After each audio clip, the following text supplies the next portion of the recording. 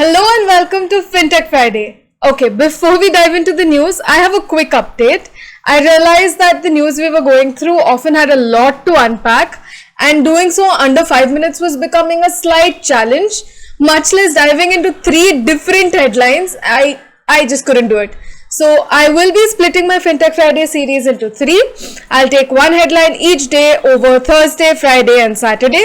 And I will continue to call it Fintech Friday because I was very hasty in naming it. But I do hope I'm able to do justice to it. Okay, so today's headline is, how do I put it? What's up with Cleartax? What is Clear doing? Is there a clear strategy? But okay, no, wait, let's back up. So Cleartax is a fintech firm which was started in 2011.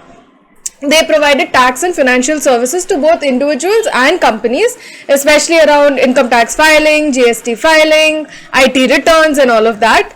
Their old offering had 4 broad spectrums, if you can say so.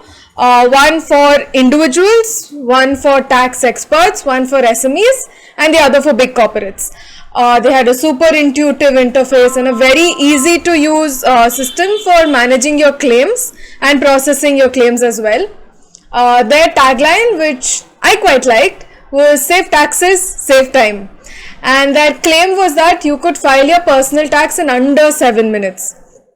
Anyway, in 2016, they also launched GST filing tool on their platform.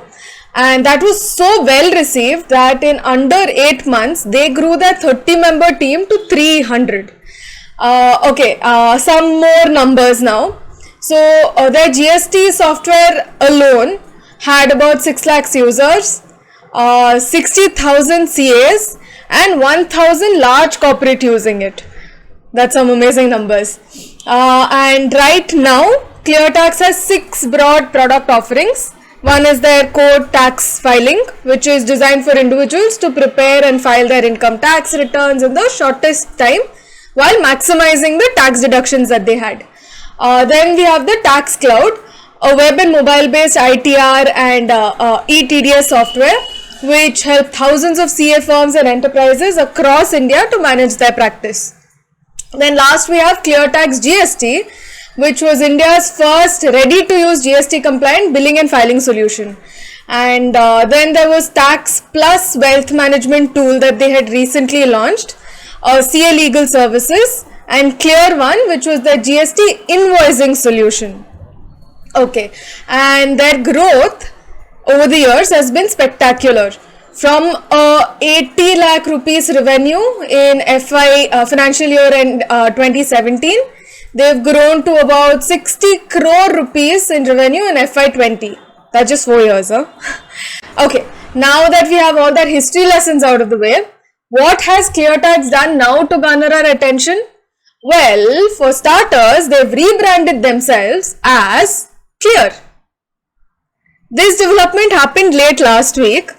When I first heard this headline, I was like, okay, they're getting into e-invoicing and e-way bills, in which case they're going to be competing with many startups and corporates which also offer this. And we've seen a boom in companies offering these solutions ever since the government made it mandatory for companies with over 100 crore revenues to have e-invoicing. But that is not where it ends. The decision to rebrand clearly had a much bigger agenda. Cleartax, or should I say Clear now, aspires to become a full stack financial service provider. That is a tall order, but let's try unpacking what all that could encompass, shall we? Now that they're already into taxation, they've even launched their e-invoicing services. They aspire to get into wealth management and providing credit. They've done a great job at simplifying taxes for us, and now they have a clear goal of simplifying all of finances also. Well, let's see how that plays out.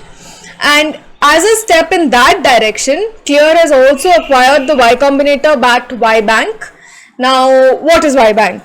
yBanQ set out with the goal of building a collections and reconciliation platform as well as a platform for managing your payouts for all MSMEs in India.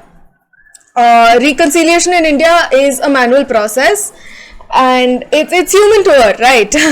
So reconciliation was fraught with errors.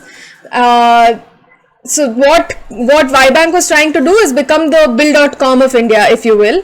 As per Crunchbase, it helps businesses, whether standalone, marketplaces, retail lenders, P2P invoice discounting platforms, to simplify their collections and reconcile using NEFT or UPI at a super low cost compared to other modes of collection.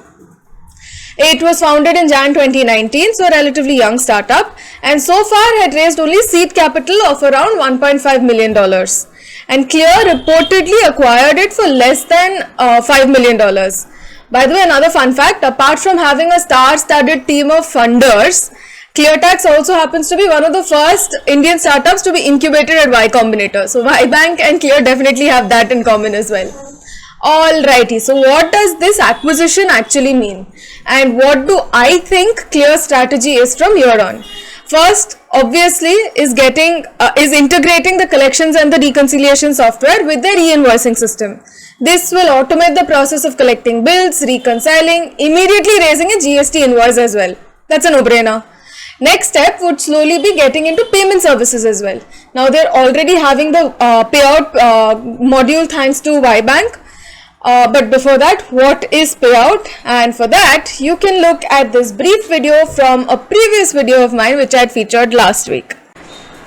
Now the logical way to go about it would obviously be B2B payments first with NEFT and UPI probably, then scale it to integrate other payments modes so as to accept customer payments as well.